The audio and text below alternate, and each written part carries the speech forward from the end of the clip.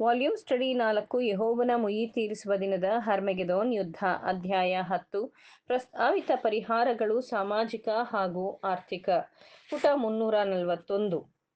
ಆದರೆ ಜಮೀನಿನಿಂದ ವಿಯೋಗ ನೀಡುವ ಮೂಲಕ ಬಂಡವಾಳದ ಶ್ರಮವನ್ನು ಕಸಿದುಕೊಳ್ಳುವ ತಪ್ಪಿನಿಂದ ಮತ್ತು ಅದು ನಿಜವಾಗಿಯೂ ಬಂಡವಾಳೀಕರಣಗೊಂಡ ಏಕಸ್ವಾಮ್ಯವನ್ನು ಒಂದು ಗುತ್ತಿಗೆಯನ್ನು ಹೊಂದಿರುವ ಕಾಲ್ಪನಿಕ ಬಂಡವಾಳವನ್ನು ಸೃಷ್ಟಿಸುತ್ತದೆ.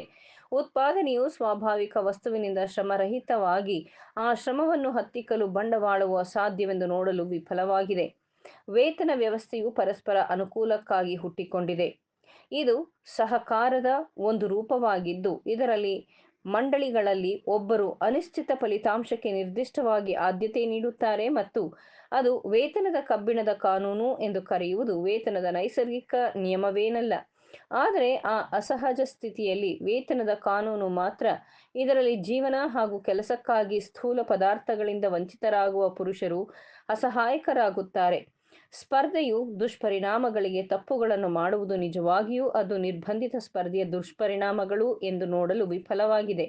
ಇದು ಏಕಪಕ್ಷೀಯ ಸ್ಪರ್ಧೆಯಿಂದಾಗಿ ಜಮೀನಿನಿಂದ ವಂಚಿತರಾದಾಗ ಮನುಷ್ಯರು ಬಲವಂತವಾಗಿ ಅದರ ವಿಧಾನಗಳು ಕೈಗಾರಿಕಾ ಸೈನ್ಯಗಳಾಗಿ ಮನುಷ್ಯರ ಸಂಘಟನೆ ಅಥವಾ ಸರ್ಕಾರಿ ಅಥವಾ ಅರೆ ಸರ್ಕಾರಿ ಕೇಂದ್ರಗಳಿಂದ ಎಲ್ಲಾ ಉತ್ಪಾದನೆ ಮತ್ತು ವಿನಿಮಯದ ನಿರ್ದೇಶನ ಮತ್ತು ನಿಯಂತ್ರಣ ಪೂರ್ತಿ ಅಭಿವ್ಯಕ್ತಿಗೆ ಒಯ್ಯಲ್ಪಟ್ಟರೆ ಈಜಿಪ್ಟಿನ ನಿರಂಕುಶಾಧಿಕಾರವನ್ನು ಅರ್ಥೈಸುತ್ತದೆ.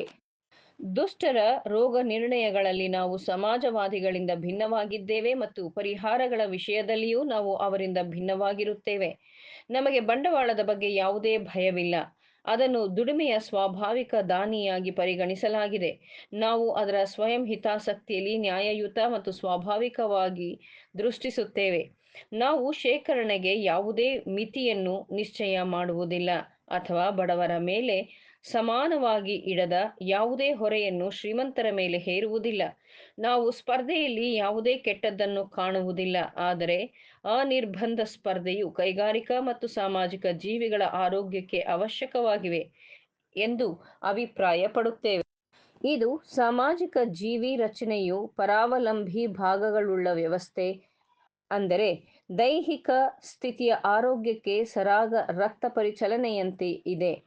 ಇದು ಸಂಪೂರ್ಣ ಸಹಕಾರವನ್ನು ಭದ್ರಪಡಿಸುವ ಸಂಸ್ಥೆಯಾಗಬೇಕಾಗಿದೆ. ನಾವು ಸಮುದಾಯಕ್ಕೆ ಸೇರಿದ್ದನ್ನು ಸಮುದಾಯಕ್ಕಾಗಿ ತೆಗೆದುಕೊಳ್ಳಬೇಕಾಗಿದೆ.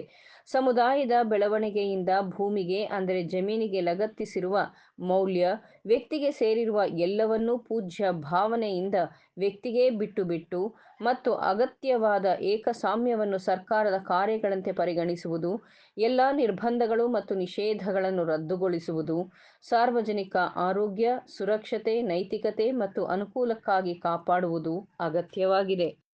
ಆದರೆ ಮೂಲಭೂತ ವ್ಯತ್ಯಾಸವೆಂದರೆ ನಿಮ್ಮ ಪವಿತ್ರತೆಯನ್ನು ವಿಶೇಷವಾಗಿ ಗಮನಿಸಬೇಕೆಂದು ನಾನು ಕೇಳುತ್ತೇನೆ. ಸಮಾಜವಾದವು ಅದರ ಎಲ್ಲ ಹಂತಗಳಲ್ಲಿ ನಮ್ಮ ನಾಗರಿಕತೆಯ ದುಷ್ಪರಿಣಾಮಗಳನ್ನು ಅಸಮರ್ಪಕ ಅಥವಾ ನೈಸರ್ಗಿಕ ಸಂಬಂಧಗಳ ಅಸಮರ್ಪಕತೆಯಿಂದ ಹುಟ್ಟಿಕೊಂಡಿದೆ ಎಂದು ನಾವು ನೋಡುತ್ತೇವೆ. ಅದನ್ನು ಜ್ಞಾನದಿಂದ ಆಯೋಜಿಸಬೇಕು ಅಥವಾ ಸುಧಾರಿಸಬೇಕು.